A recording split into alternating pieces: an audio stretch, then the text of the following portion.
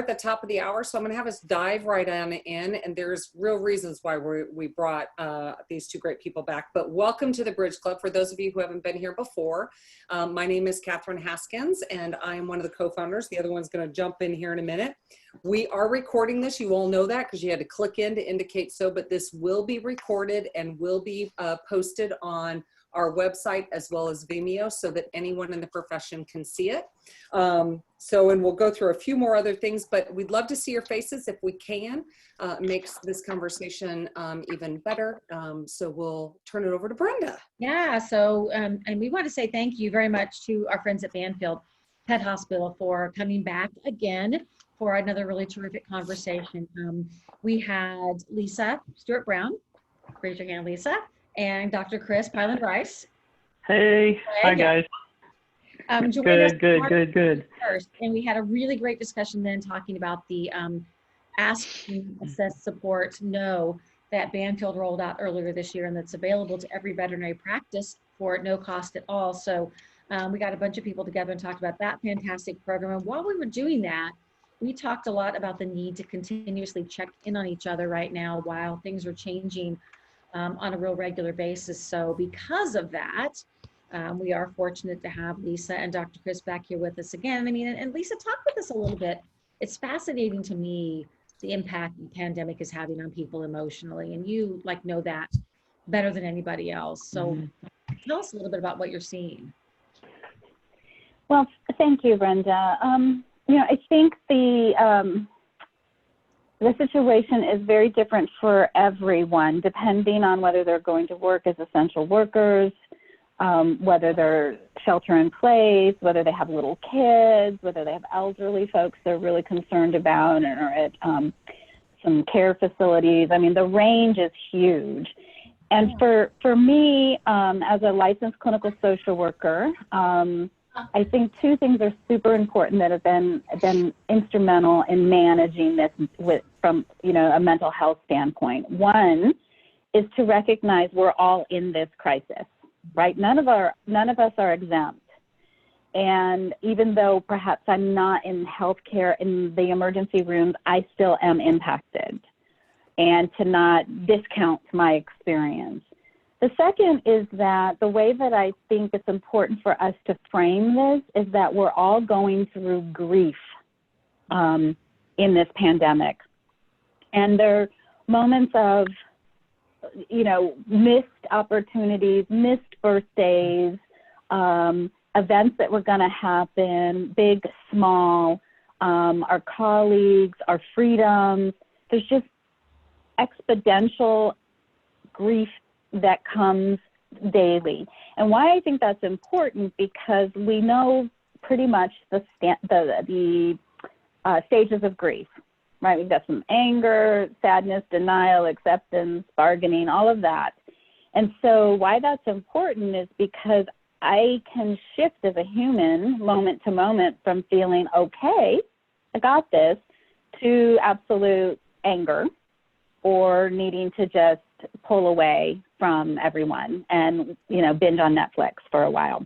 So it's not that I'm handling it poorly or, quote, going crazy. It's that I'm grieving, and it comes and it goes, and it affects all of us differently at different times. So I think those are some real important things to keep in mind.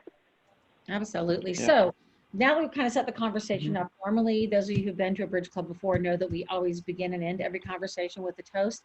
But we thought this time it was kind of important to set up the why behind gathering for this conversation, and the why behind we're going to record this and make sure it's shared out broadly for when people need it. So all that said, Lisa, we still need to start with the toast. It's a tradition that's really important to lead us into the real depth of the conversation. So if you do that for us, that'd be really fantastic.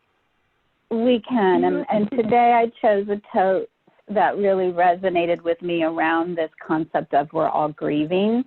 And it is a quote by Jerry Rowe, R-O-E, who is an author, chaplain, and a grief counselor. And he's written a book called Be Patient, I'm Grieving. And the quote is, we grieve because we love. The intensity of that grief often proclaims the depth of our love. And so here's to love, being connected, And grieving is part of being human, and it's healthy. It hurts like hell, but it's normal and healthy. And it's because we are emotionally connected. Cheers. Cheers. Cheers. Cheers. So before we get Yeah, started, cheers, first and foremost, as everyone knows at the Bridge Club, we try to make this a safe area. It is being recorded, but it's really important that we're checking in with each one of you. In a minute, I'm going to ask how you're all doing. But if you need anything and you want to private message either Lisa or Dr. Kris, please feel free to do so. If you need anything from Brenda and I, please feel free to do so. You do not have to put that in public. If you don't know how to use the chat, it does tell you on the blue pull-down menu who you're messaging it to. If all else fails, just tell us, someone PM me, like, or raise your hand so that we can help you out. But it is super important that you all understand we're not trying to put anybody on the spot, but this conversation is so critically important. And we want to make sure that we are, in fact, here for you all. We do a happy hour every Friday. Everyone is invited to come to that happy hour. It's a quarantine happy hour. And we started off with a very simple, how are you doing? So we'd like to either have one of these, or one of these, just so we have an idea of how everyone's doing who's on camera right now. How are we doing, everybody? Yeah? Yeah? Okay, well, I'm seeing a lot of positivity. Yeah. Brenda and I are the only ones. You're like, We're like, okay. that's No, funny. except for those that are on the phone, kind of thumbs up, letting us know. We appreciate that. I think it's just really important as we're going to be kind of diving into that. So with that, let's share a positivity moment. For one of you that raised your thumb up, I'd love to hear, why you're doing great. I think it's an important moment for all of us. Is anyone willing to jump in on that? I'll go for it, Mary. Actually, I'm right in the middle of, we decided to, I'm a veterinary technician and a VTS in dentistry, but I decided this morning we're going to have some fun with our dental academy, and I'm in the process of writing a Jeopardy game for us to have a dental geek out night next Tuesday night, or next Wednesday night with some of our members. So just a way to really have some fun. No competition, it's just all for the fun of it. So. Oh my gosh, that's Awesome. fantastic. I think that's fantastic. Okay, Kurt, you had your finger up too. I want to see why are things going well? It's been a really fun week of investigation and digging into some things, and I got reminded of Maltz's 2190 and posted about it today. We're over halfway there to acceptance. 21 days to change a habit, 90 to make it stick.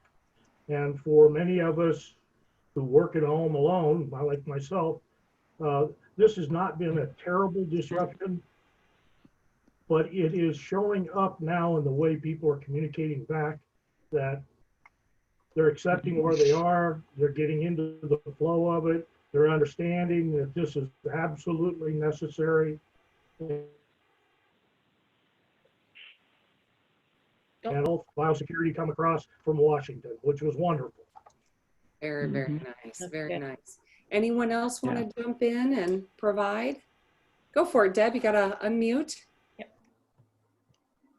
Do I need to? I talked to you ladies earlier today, so that made my day very happy. And I actually was able to get out twice today to walk the dogs on this beautiful day. And I'm really doing that as incredible self-care, which I had never done before.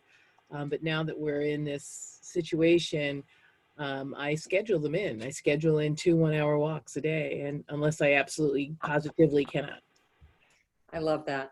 Well, Yeah. I'll give a not so kind of good one, and that is that it was kind of dawned on me. We've now been doing this 4 or 5 weeks, and I had a long list of to-dos that I was thinking to myself, I'm going to get all this stuff done, and I haven't done any of it. And it dawned on me last night that I'm not taking advantage of this time, and am I going to regret it? So I kind of took myself a little bit down deeper than I kind of wanted to go, of all the things that I wanted to get done. So I'm trying to reset. That's why I'm like, I'm painting pants this weekend. I'm trying to find ways to bring myself out of it. But I think I'm realizing I was given a gift, as much as I don't want to call COVID-19 a gift, but I was given a gift and kind of feel like I've pissed it away. So, I mean, being very candid. And I feel like I need to start to figure out how to do those things for me that I haven't done. So that's why I'm kind of here versus being like, yay. I'm like, maybe a little there. If that helps give anyone some insight. Anybody else? I mean, Lisa was talking about how she terms these worries and wins, which I thought was kind of a nice way of putting it too, right? Because it doesn't necessarily mean you're totally bummed out, depressed, but you're a little bit worried about something. Or, you know, the whole idea of wins too, you know, as Catherine was just saying, a small win will be getting your pants painted this weekend, and that'll be a fun win too. Yes. So, good stuff.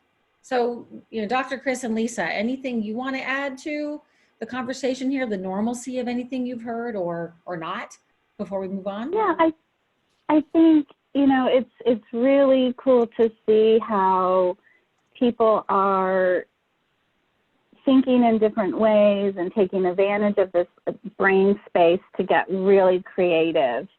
And we see a lot of that. And I think that is fantastic. And sometimes we ourselves are generating that. At the same token, I think it's easy to look on Instagram or easy to hear, you know, like those pants that you're going to paint and think to myself, well, I'm not doing anything worthwhile, and compare ourselves, right? And come up short. Yeah. So I think it's super important that we remember that is like a nanosecond in that person's life that we're seeing posted. And that we have those expectations of ourselves that are reasonable. And Catherine, you shared your in a vulnerable way that you're like, am I really doing everything I think I should be doing during COVID and making the most of it? And it's those expectations of ourselves that can either shore us up or kind of bring us down, right? And it's the story we tell ourselves about it. So I think during this time, especially when we tend to be more isolated, and many of us are truly living alone, that it's easy to get in our heads. And so one of the things that I'm really trying to do, not only with my teams, but at my own home, is having more out loud conversations. How are you? What is your schedule today? I need the living room. Could you please move your crap out of there for a few minutes? Right now I'm in somebody else's office right now. You know, so really having those out loud communications, I think, are super important to help us get out of our head, but to also navigate the boundaries and how everything has changed. And in some ways, sharing our space has that it's a good connection, but it's also adding more stress in some ways too. So it's interesting, but you're talking about, like, Kirk mentioned the 21 days to change, right? God forbid this become our normal. I mean, really, normal is different for those of us who are working from home, for example, right? Who are normally office people. But I'd really love to know, Dr. Kris, what are you hearing normal is looking like in the veterinary hospitals these days? Because that's a drastically different kind of. Yeah, it is, and this is an unprecedented time. And with COVID-19, one of the things when you look at the hospital, and I think for us, is first and foremost, it comes to our people. We're committed to prioritizing their health, their safety, and their well-being. We're committed to our clients and to their pets and to their health and safety and well-being too. So, and then it's being flexible with that change, because this is an unprecedented time, and things do change from day to day or week to week, with our emotions or with things that are going on around us. So I'm going to take a little bit of time and I'll talk about, some of the specific things that we've been doing, but what it comes down to for our people and our doctors is really empowerment and being very compassionate and very empathetic during this time period. And we have to be good listeners.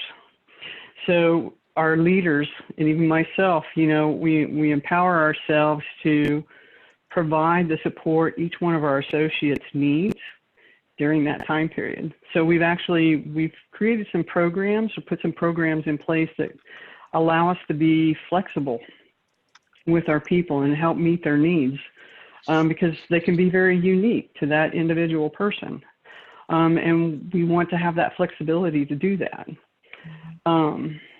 So when we look at that, that empowerment piece, it's really about helping them feel safe, helping them feel supported, understood during these unique times, and like I said, being very open and flexible to situations that come up in their lives, and being there. So we've also changed, during this time period, and even now, right? This is a great example of how we've had to change how we communicate, which is something different for our hospital teams, because normally we're right there, we're face to face and side by side with them.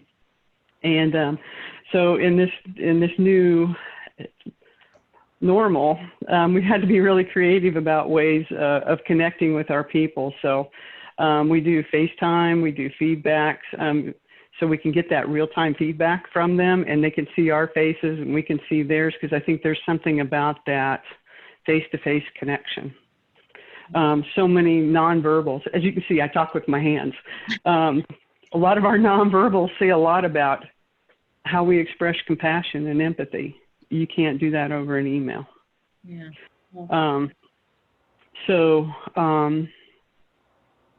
We encourage to facilitate that dialogue between our associates and ourselves.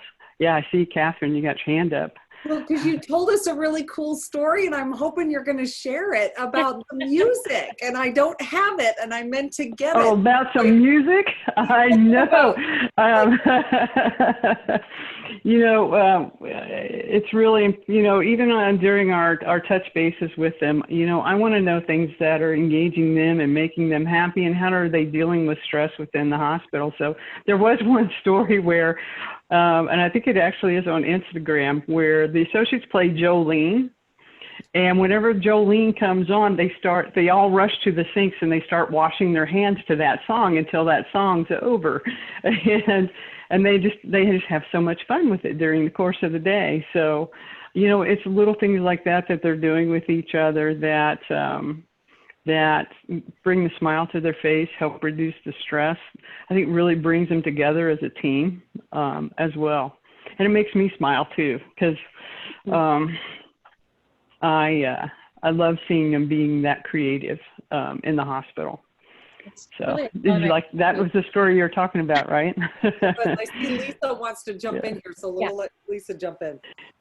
Yeah, and I love that story because the empowerment piece, right? So we have hospitals that are doing curbside drop-off. We have hospitals that have bigger lobbies, and they actually have tape, and some of them have gotten really creative and putting like paw prints and kitty prints and doggy prints and just some sneeze guards. I mean, we just empower them to do, give them information and then empower them to make that work. And so frequent hand washing is a message we send out, but we never in a million years could say, play Jolene, the Dolly Parton version, and wash your hands. We could never imagine doing that.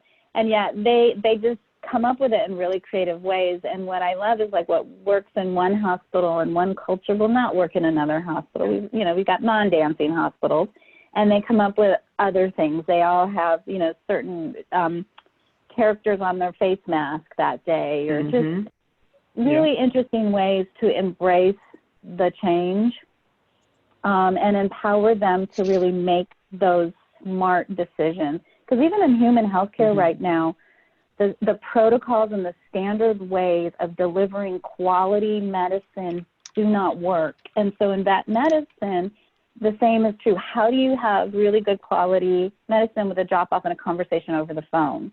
And it's happening because people are empowered to be their professional, best caring medical person and profession, and to really deliver that care in the most creative and ways in this really unusual time. So I think Oh, go ahead. I'm sorry, Dr. Kris. I was Go ahead. I was saying that I think it speaks to our commitment too. Like I said, not only to our associates and them feeling safe, and to Lisa's point, the personal hygiene, washing the hands, the paw prints to help with social distancing, the music not only to wash their hands, but as they clean the hospitals and keep those things up, but also for our clients too. And because they have some of the same concerns as we have too, and it's keeping themselves safe and helping keep our clients safe too during this time. That's a really good point. I'm kind of just jotting down some of the tips here, that we're hearing, so Catherine and I can post them out on our Facebook page and things like that too. But I mean, don't be afraid to have fun, I think is really great levity at this time when so many people are, are really focused on all the negative going around us and all the stress. But then you do have to balance that with the safety, like you said. I know we've got, some people here on the call tonight who are really having a difficult time in their practices too. They're facing some really huge obstacles. So, how do we remind ourselves to find joy in those moments when it sometimes feels so overwhelming? That's the trick, I guess, right? Yes, I agree. Safety first, I guess. Does anybody else have anybody who's from another practice or something else that you're doing yourselves at home or at work that you're finding to be really helpful to managing the time? Share out with the group. All you shy people. So while they're gathering their stories, I will indicate, as someone who works from home, who is not in practice, we designate the kitchen the break room, starting at 8 a.m. until 5 p.m. every day. And that if you are in the break room, you have to be careful about what you're cooking, because my husband's office is right next to the break room. So my dog's name no longer is Lily. I'm making sure we have no Karens on here. I apologize if your name is Karen and we call her Karen. And she's blamed for everything, for telling us to clean out the refrigerator on a Friday because it's stained.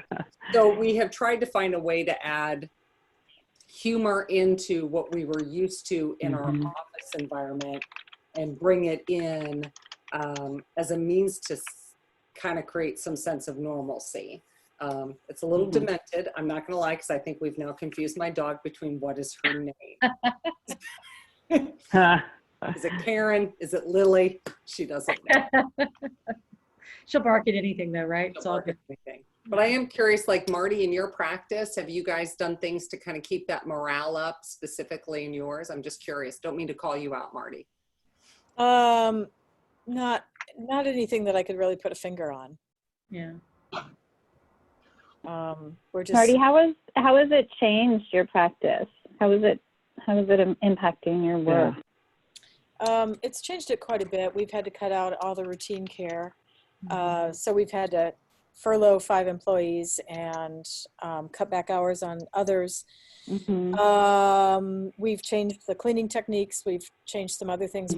We only let 1 client into the building at a time, but we do still have clients coming inside. We don't do curbside service at this point. So we've made some modifications and we're trying to make some positive things happen as well. It's a chance to reset some things that, maybe we got busy and some things fell off the radar or come up with some new ideas. We're talking about redoing our puppy program and doing some other things that we wouldn't have had time to do. So we're trying to keep it positive. We lost 1 very valuable staff member in the process of all this as well, which is she was on my leadership team. And so that's been another kind of downer. She'd been with us 12 years and she was my lead surgery person. So it's been a transition in a lot of ways.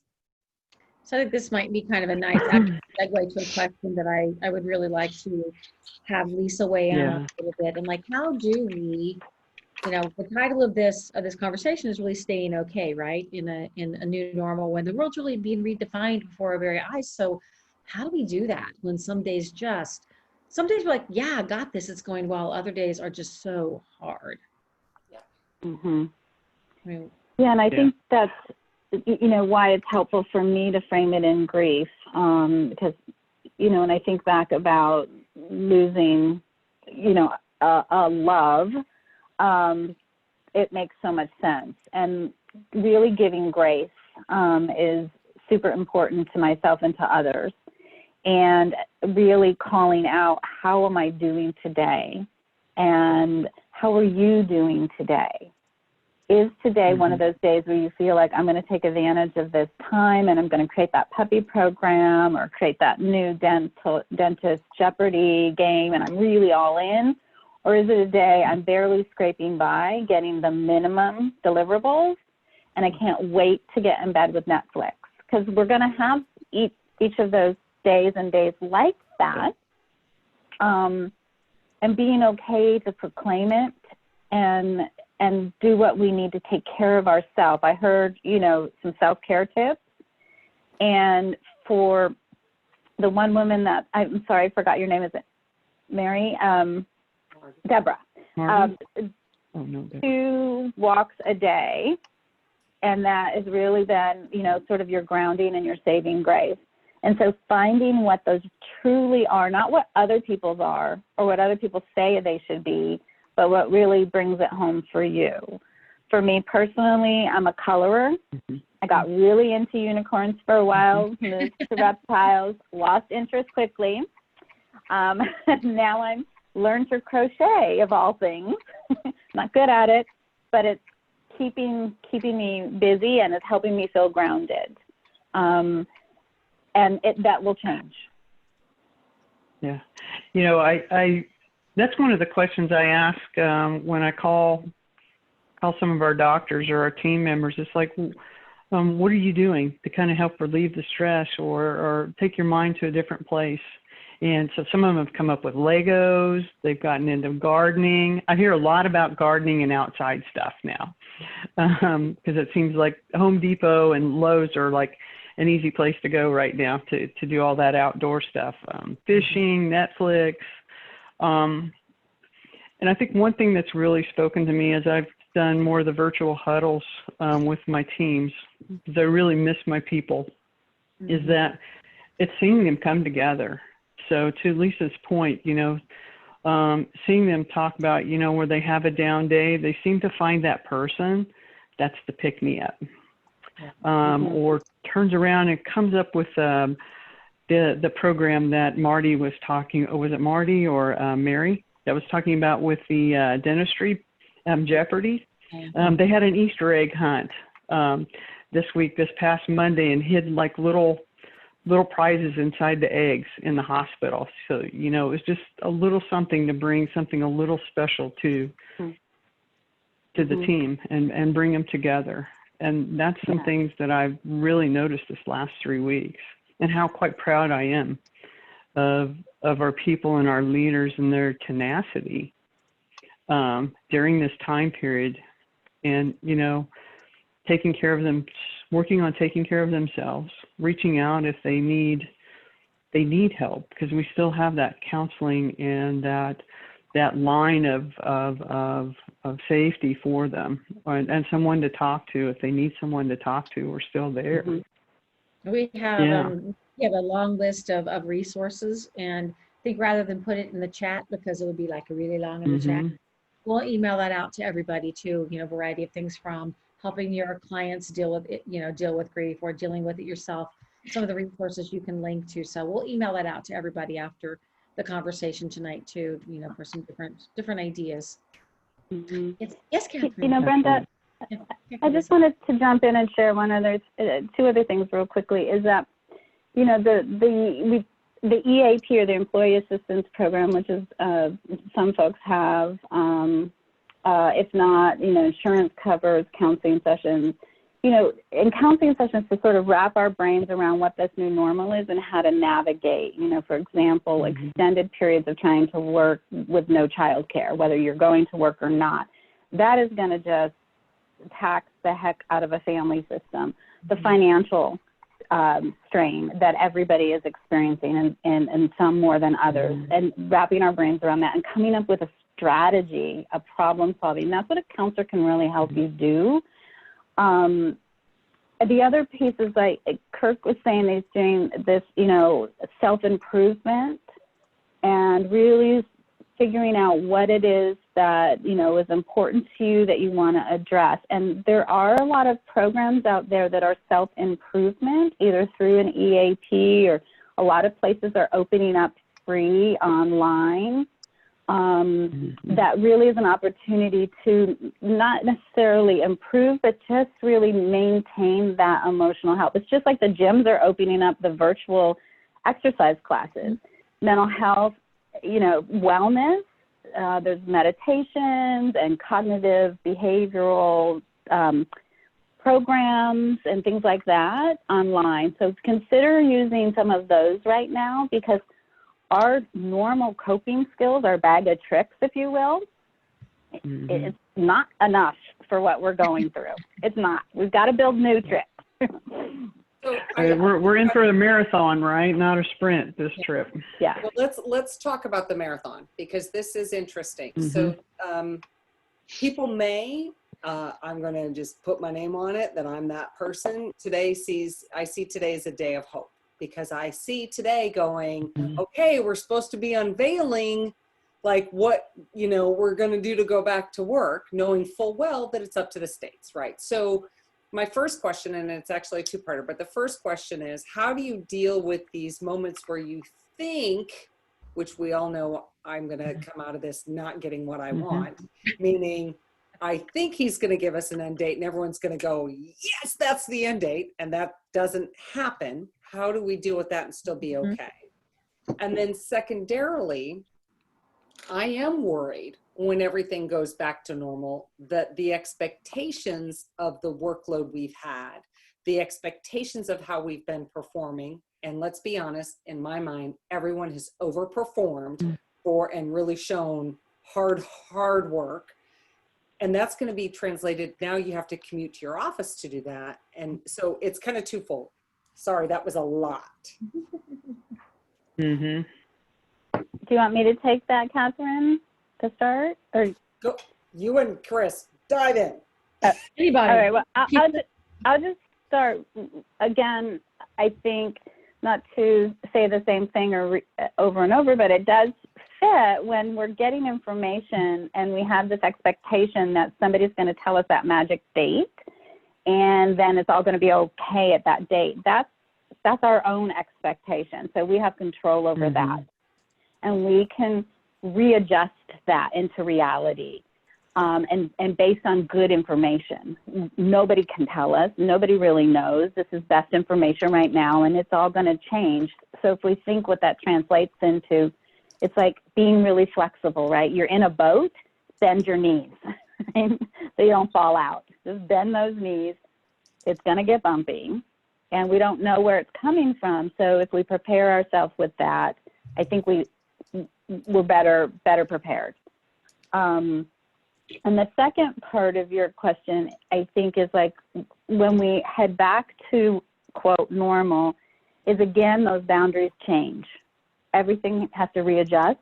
We have the right and the responsibility to renegotiate all of that, right? Recreate that, talk out loud about what is going to happen, what isn't realistic. I'm afraid to go to work. I'm not ready to go to work. I'm too anxious, even though you tell me I can. I'm not ready. I need some time. Can I have some time? Right? And really renegotiate that, because it's a time that needs to be renegotiated. That's so smart. Goes right to Marty. Marty, you know, posed a question to the group. Are you going to, you know, burst out like a lab, or are you going to peek out like a cat, right? So that's a little bit of that. Some people are going to be tiptoeing out a little bit at a time, and other people are going to be like, oh my gosh, I can't wait to be back to normal again. It's going to be a really interesting mix of the two, you know? But I love that you're saying set the new boundaries. I think one of the things that we learned when this all started, and if you didn't do it, you're a little screwed right now, because people that didn't admit that they have children, they have to homeschool, and they were trying to work around it, as opposed to saying, I have to do this. This is part of it. That's normal. And then if they go back to work and also don't raise their hand, the expectation is going to be even heavier on them. And that does concern me a great deal, because I think we do need to be our own advocates and go, white flag, give me a, you know. Yeah. So I don't know, Yeah. I don't want to derail this really great conversation, but Kirk asked me a really interesting question. It's interesting, Kirk. I was wondering the same thing. You know, Deb Nicholson, is there anything that AAIB is doing, any kind of programs for industry that are helping the industry veterinarians kind of deal with this? Because that's a whole different kind of work too than some of what we've been talking. Yeah. Oh, it is. It really is amazing. You know, a lot of our members, they're used to being on the road constantly, giving presentations all over. They're just working from home on conference calls and meetings online, just, you know, one after another. Yeah, we have our e-newsletter just came out with our compensation survey. So I don't know if that helps anybody, but it's about that time of the year. And so that'll be kind of interesting because it's really going to, you know, look at travel and some of that. And, you know, we're inviting members to just share how their work has changed and how they're coping with the changes and making the best of the situation and keeping in the business. So, yeah, and then we were wondering, you know, if AVMA is really going to happen. Yeah. The House of Delegates meet and probably all got a survey. What if it didn't meet? Would you still want online stuff or whatever? And so we'll see. I'm one of the speakers, so I hope it's going to happen. We're all desperate Yeah, for connection, right? That's why we're showing up for things like this, because we want that, you know, we want that connection with the people we're used to seeing at the conferences and catching up with and having conversations with. We miss that. And even though we can have a bazillion virtual, you know, quarantine happy hours, it's not the same as sitting across the table from somebody and giving someone a hug that you haven't seen in a while and really care about. So it's going to be tough, I think. So I just put the quarantini login for 5 o'clock Central Standard Time in the chat right now. You don't have to register. If you feel like you need a break, you need to do one of these again, we are here. That is the whole purpose. So I just threw that in. Yeah, absolutely. You know, one thing I was thinking about, you know, you were talking about how to manage during this time. And Lisa, I think you brought up some really great points. And what it brought to my mind is that dealing with ambiguous situations, which is exactly what we're in during this time period, and different people react different ways. And I think knowing that they have continued support, or we continue to giving those resources to find that support, that's how we're going to navigate this marathon and being there for each other. It's really a nice thought. Absolutely. So we are at 5:38. You guys who come to the Bridge Club often know we usually try to keep the main part of the conversation to just 25 minutes, but you know, we felt that we were giving people a lot of time to share out here and really talk about how we're feeling and what we're doing. So we knew this would go a tiny bit longer. But, you know, in the interest, again, of understanding that most of us probably haven't had dinner yet. And we've all got other things we need to be doing. We don't want to go too far over. So, Catherine, any final questions that you want to pose out to the group or ask yourself before we kind of start wrapping up? I do have one, because part of the ASK program is this, right? So help us apply the ASK program to when we see someone, maybe it's a spouse. Yeah. Maybe it's a colleague who is starting to not show their normal self. And I say that because they could be funnier than normal. They could be crankier than normal. Like when we look at the ASK program, how can we help those around us that we're starting to see just those small little things that we can do to help them and those around them? Yeah, great question. And, you know, the ASK program is a really, really good tool now when we are checking in with everyone. Because we do care, and we do mean, how are you? Not, how are you? How are you? And we really want to understand how people are. And so through the ASK program, that assess part is really those open-ended questions just to prompt conversation. So, you know, we know that as this goes on, it's going to be even more difficult. And for people that were struggling before this, it's even more difficult. I have teenagers. It's difficult for them. And so checking in with them, checking in with spouses, clients, family members afar, in those open-ended questions. And then that support is really being there emotionally for them and witnessing, supporting them through empathy. And then what do they need? And if it's not that they're actively to that point where they're feeling suicidal, but they're just struggling, they just feel like they have no purpose, the life has been ripped out from underneath them, are they gonna ever go back to college? And they're gonna be able to stay in this profession. It's like, okay, well, let's think about what would be helpful to you right now, today, you know, and join with them in that. If it is more serious, let's start looking at these resources that exist. Let's start calling them together to find out if these are going to be helpful and have what we think you would want. Does that help, Catherine? No, I think it's really helpful. I think a lot of us have kids that are going through this right now, and I think being very present with all of them. Sometimes I feel like and it's an emotional place, and I think it's keep asking what is it we can do to help, but at the same time, you know, when you keep hearing my big thing is prom, graduation. So I keep saying, we'll have a prom anyway. We'll have stop talking about it, Mom, you know, and so I'm like, well, I'm making it actually worse. So trying to just keep, instead of going straight for the jugular on the topic, maybe I back it up a bit and just, how you doing, but in a nicer way. Yeah, how are you doing? What's on your mind? Yeah. Okay, and let them tell you what's on their mind. And then if it is prom, what have you thought about? What would you think we could do? What would you want to do? Yeah. And so, but that applies to all conversations, right? And just really showing up authentically and listening and asking those questions and pulling back on fixing and solving. Yeah. Pulling way back and empowering.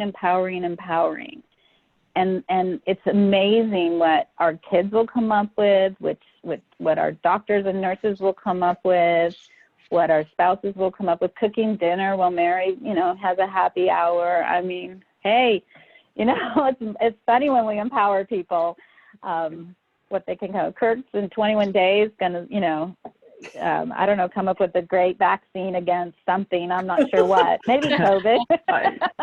It could. Hey. You never know. You never know. You never know. I think that the key part on there is don't solve for them. And I think that's something, if all of us can remember right now more than anything else, is it's not about finding the solution. It's really, and so thank you for that. I think even I need to be reminded of that. So yeah, that was an outstanding. We all do, Catherine. And thank you for asking that question. It's a really, really spot on question. So some time ago, a very wise person told me to remember that the person looking back at you in the mirror is loved. I like that. If you can't love that person, that's your job for today. That's a good one too, Kirk. Like that. Yeah. Very, very good. That's where it all starts. That same person wisely said, if you don't know what to do, plan 3 things, and when you're done, if it's noon, you're done. If it's 7 o'clock at night, you're done. Don't try, Catherine, to whittle that list down all at once. Pick 1, 2, 3 things and get progress.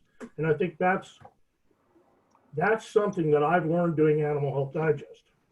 Yeah. Is that we can't do it all at once. It's a process that takes 7 days a week, really. And you don't have to work all day, every day at it. But it starts with that darn tough boss in the mirror. Yeah, no, that's very real. And let's be clear what the list is in my world, just because you all don't even need to know. But because I was a senior and I went to a graduation party 4 years ago, and that mother was an amazing mother, and had all the yearbooks, I mean, all the Pinteresty scrapbooks done. And I don't have them done. So I destroyed my basement the first week of all of this and was like, I'm going to get this done. Haven't been in the basement since. And I went down there and was like, what the hell happened down here? That was me. So I'm like, okay, I got to start taking a bottle of wine and going down there. And it's only so that she'll have like these memories for later. So, and it's working out and it's all these other things. And I am a bit of an overachiever, but I will say the reality is I know I will gain a great deal of solitude if I did it, because I can't do anything else if you're working on going back and looking at memories and enjoying those moments versus can't be on your computer. You can't be. So I think it's a spiritual thing for me a little bit of a meditation thing. So I need to make time for it. So that's the reality. Yeah. So. Kirk, you made me think about when you said that, what you were talking about. I remember I used to love Amelia Earhart, and she had one of her famous sayings was, the most difficult thing is actually to make the decision to act. The rest of it's merely tenacity and just going through it. Yeah. But you do have to start with yourself. Yep. The Man in the Mirror. That's Michael Jackson, The Man in the Mirror. It's a profound song. That's true. That first step is a long one sometimes. Yes, it is. It can be. It can be. I feel like that almost could have been a parting toast. Well, I was just No, I actually saved one for this evening. With that, does anybody else have anything they want to speak up and share? And then if not, we will ask Lisa and Dr. Kris if they have any parting thoughts for us. And then we do want to have Dr. Kris actually end up our evening for us with a toast. So any raised hands, any last comments to share with everyone? Words of wisdom? No? Okay. All right. So I love words of wisdom.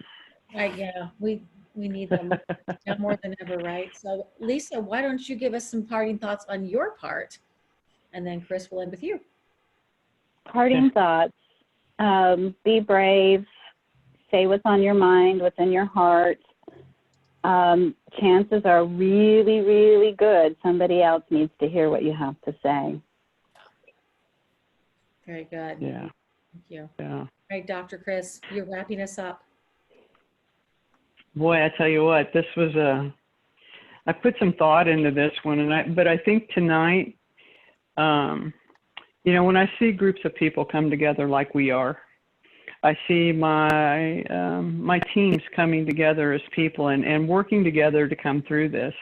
It gives me hope, because I know that people care, truly, truly care about what's happening to one another on a larger scale. So with that, I don't know who wrote this, so this one's unknown, but it said, let your dreams be bigger than your fears, your actions louder than your words, and your faith stronger than your feelings. So with that, I want to humbly thank you for each and every one of you that are out there on the front lines doing what you do, caring for your people, caring for yourselves, and for the pets and the clients that we serve. Thank you. Cheers. Cheers.